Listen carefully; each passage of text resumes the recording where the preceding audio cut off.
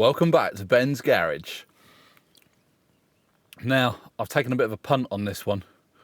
I'm testing something out for science.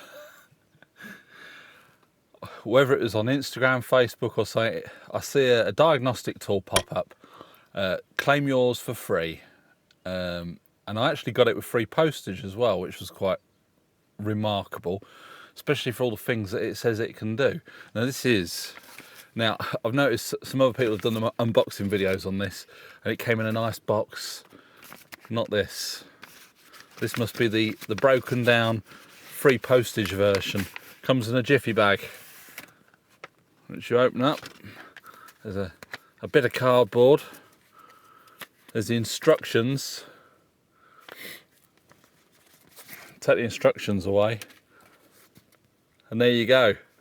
You've got to put the bloody thing together yourself. So we'll pop out the cover. We'll pop out the diagnostic piece, which is just in there, look.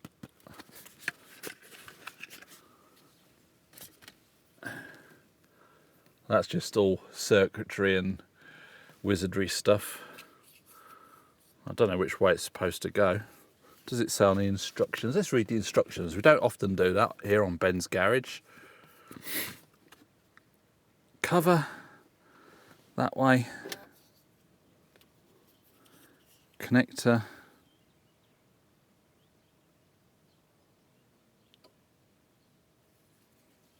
that way.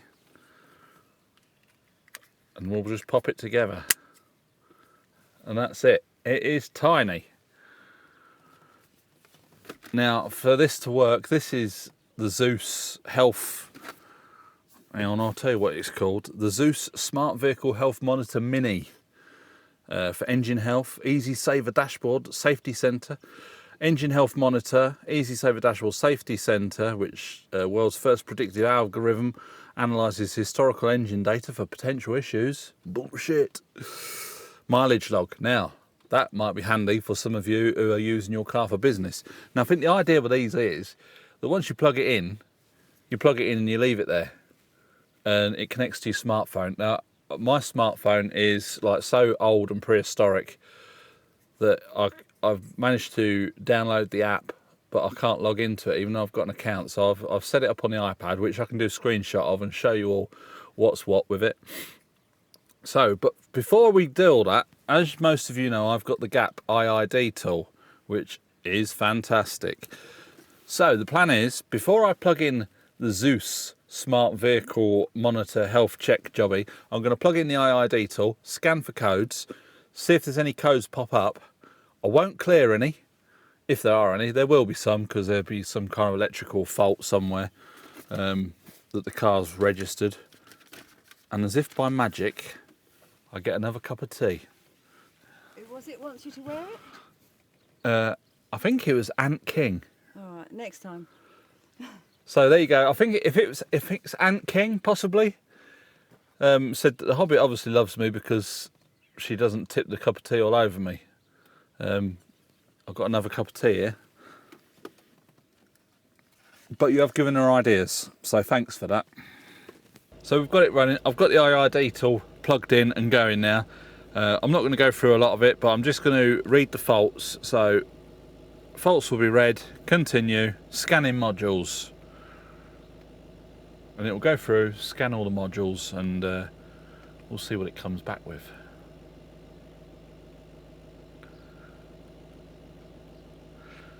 Now there's nothing sort of engine-wise that is the ABS module. It's just these faults. Algorithm-based failure, signal compare failure. There's nothing wrong with it. It still works. It's just one of them things, isn't it?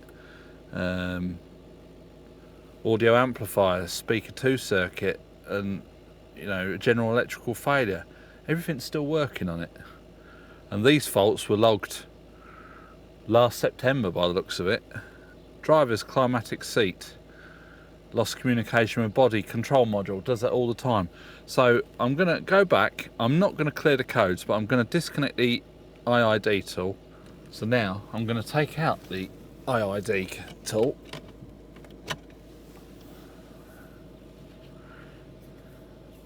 and I'm going to plug in the ZUS car monitor. We all know where the diagnostic socket is on these Range Rovers. It's down underneath the steering wheel. On the earlier versions of the L322, there was a pull-out thing just in the driver's side of the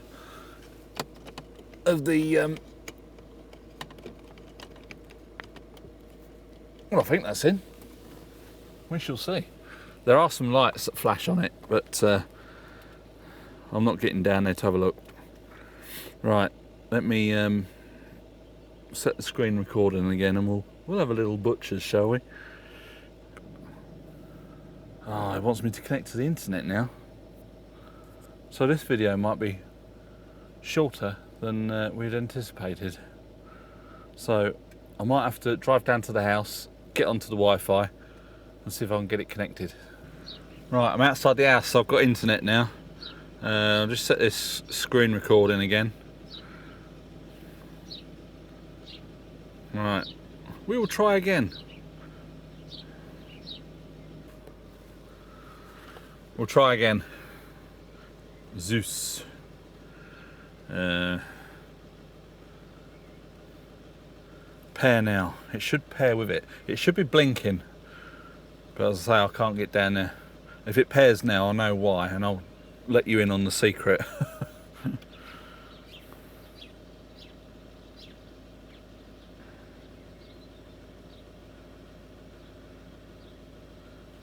We've got it paired. Yeah, so this is the dashboard. It tells me that the battery's at 13.3 volts.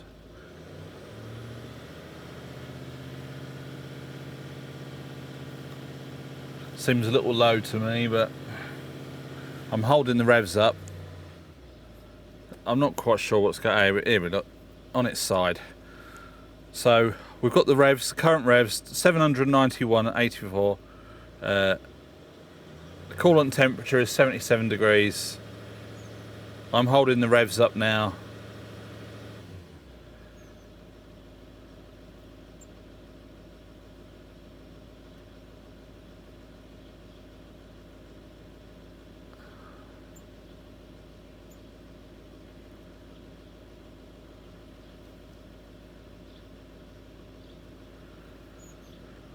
I see you can add all sorts of different things into this live reading type thing. You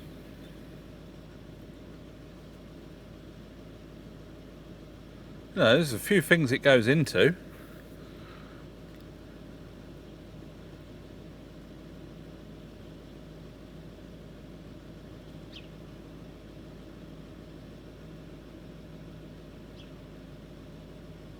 Turbo boost, I bet it doesn't read that.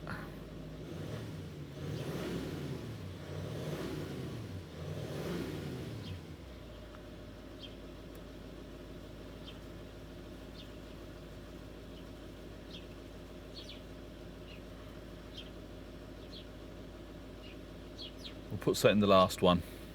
What should we put?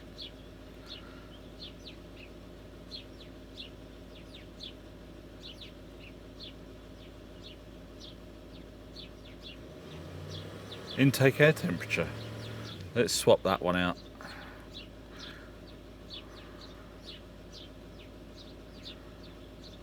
Mass flow air rate. So you do get a few things on the live readings, but I don't know how accurate it is. Obviously with a gap tool that's like quite accurate.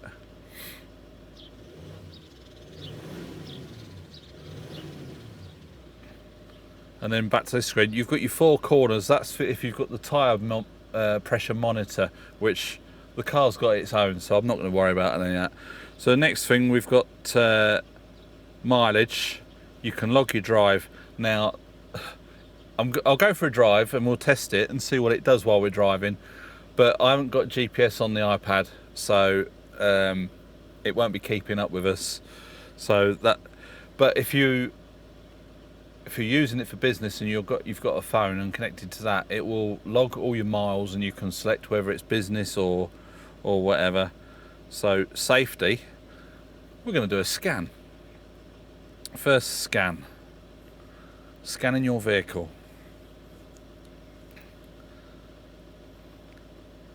This will be interesting.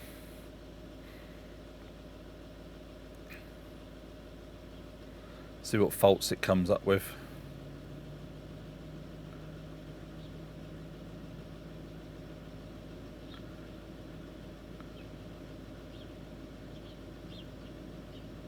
It's scanning a lot of stuff. No issues detected. I have just cleared the faults. So it's probably not the best thing to do. What I'll do is I'll go for a drive around the block and we'll log how the engine reacts to driving around the block, and then when we get back I'll rescan it and see if anything comes up. So here we go. I've got the iPad. I'm still recording the screen. We've got all the readings on there, so we'll see what it looks like as we go for a little drive.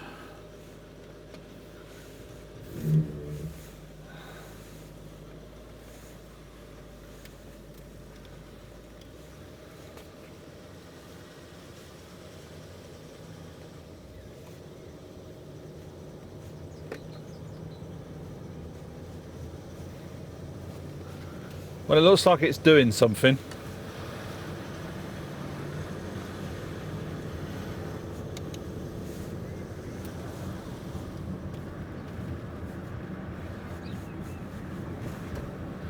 Nice spring weather. All the trees are out in blossom. Not that you're going to be that interested. They've had a few trees out around here. There's a few trees back there on the side of the road, and there's some big ones here. Waiting for the lorry to come and pick them up. Christ, they're huge. Bit of firewood in those. She goes well. I love this car. Well, I'm losing my tripod. You bugger. I don't know if you can see outside, but it's absolutely glorious. Look at that. That field is beautiful. Trees all coming out. Dandelions and buttercups in the fields with the cows. It's just lovely living in the countryside.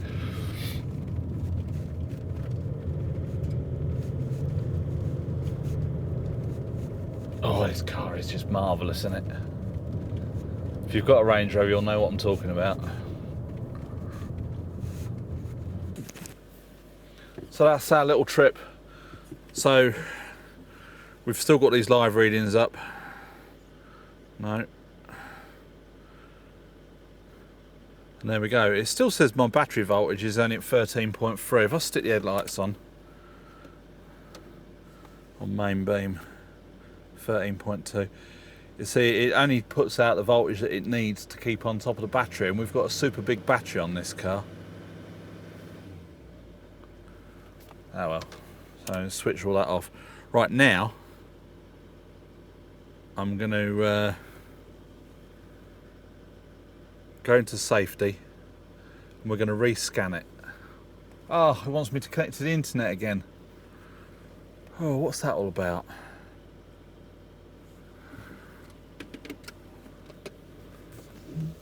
Here we go again.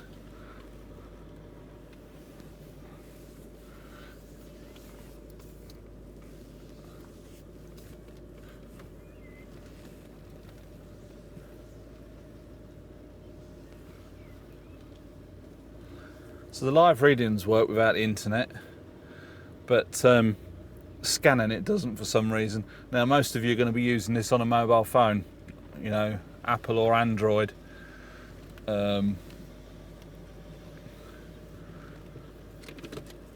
So we'll try again. We've got internet now. Come on, internet, where are you? Here we go. Right, rescan. Scanning.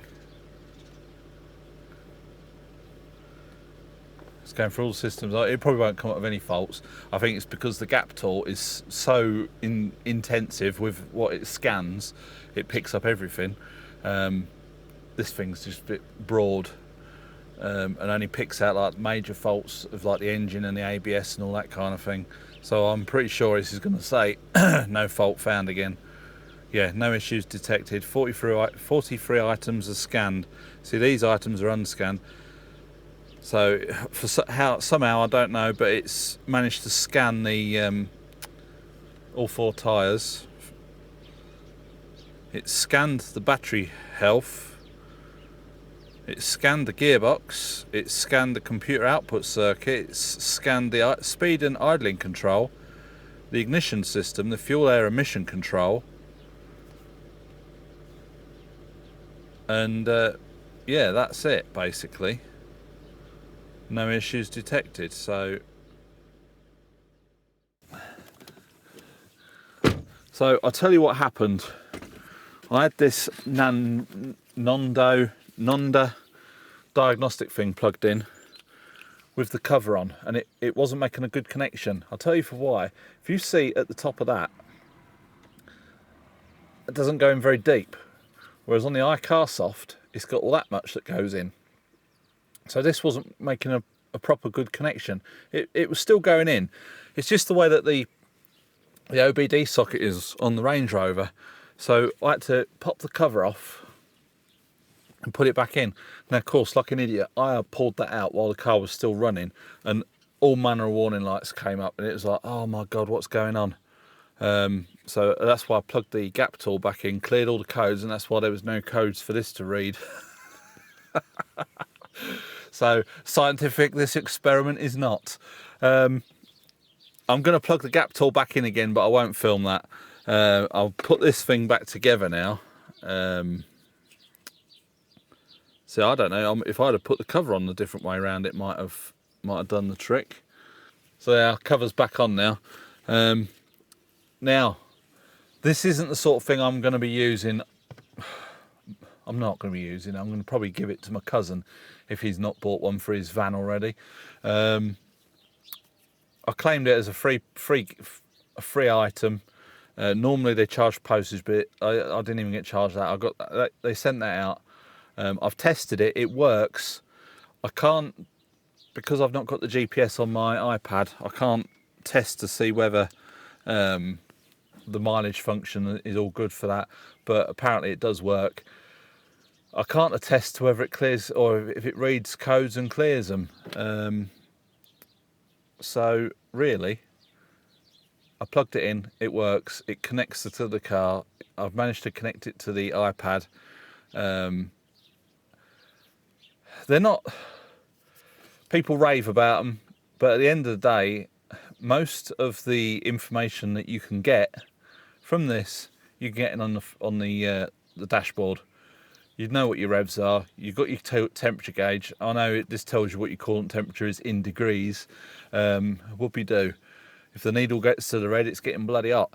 So really, a lot of the functions on this are nonsense. You know, you're not going to have it on live readings as you're driving up the road. There were a few things that I managed to select in the live readings, like the manifold pressures and the mass flow thing, and the air intake temperature and all that kind of thing, which it's interesting. It's not really going to, you're not going to diagnose a fault by knowing what your air intake temperature is, really. But it's good that it does it.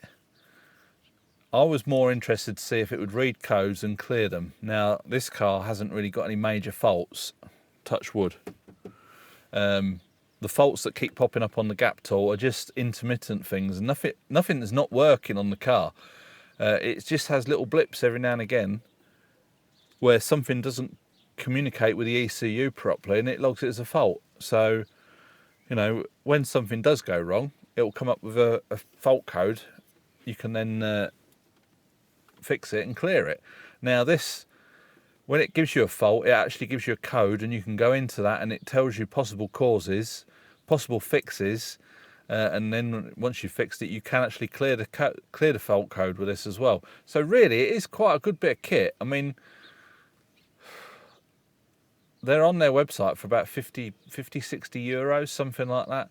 I don't know if I would pay that for it, because you're sort of halfway to the price of an iCar Soft, which is a bit more comprehensive than this. I know iCar Soft doesn't get a lot of love from a lot of people. I've got one, my dad's got one. For us, they've been perfect. Now I've got the gap tool, which a lot of people are not going to pay out for. So something like this, if it will read the main faults and stuff, all good stuff. But yeah, so I thought I'd grab hold of one, do a little bit of a review, And I say the only thing with the Range Rover, I couldn't. It wouldn't go in nicely on there because it's quite shallow, and the way that the socket is, I couldn't quite get it in properly. They do different versions of these. They do.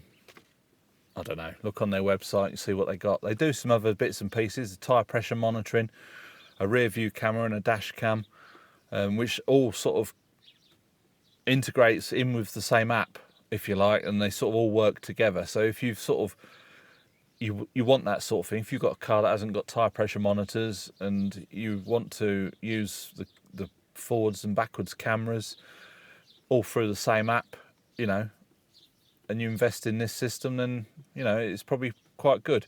For me, it's not a lot of cop. Only because I've got the gap tool. If I hadn't got the gap tool, I'd probably think this was the best thing since sliced bread, because it's small. You can connect it with your mobile device. In this case, it's an iPad, and I've got to sit outside the house so I can get internet. But yeah, so this has been a bit of a review of the Nonda ZUS Smart Vehicle Health Monitoring Mini dongle job. The ZUS Smart Vehicle Health Monitor Mini. It's a bit of a mouthful. Just say it's the ZUS. So that's pretty much it. I'm going to wrap this video up now because there's not much more to say. And yeah, we've tested it and we'll be moving it along. Anyway, that's it for this video. If you'd like to, please give it a big thumbs up. Subscribe if you haven't already. And from me and the Hobbit indoors, it's bye for now.